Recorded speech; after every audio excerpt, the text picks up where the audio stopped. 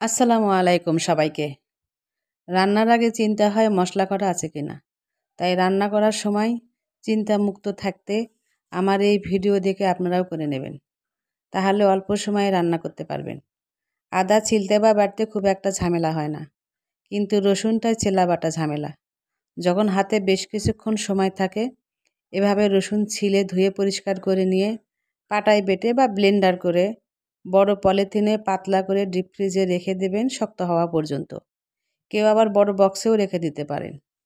তারপর শক্ত হলে ফ্রিজ থেকে বের করে এরকম ছোট ছোট খণ্ড খণ্ড টুকরো করে আবারও একটা পলিথিনে বা বক্সের ভেতরে ডিপ ফ্রিজে রেখে দেবেন। রান্নার সময় যার যতটুকু প্রয়োজন ততটুকু বের করে রান্নার কাজ শেষ করতে পারবেন। তাহলে আর মশলা নষ্ট হওয়ার ভয় থাকবে না। সবাই ভালো থাকবেন, আমি এই দোয়াই করি। আল্লাহ হাফেজ।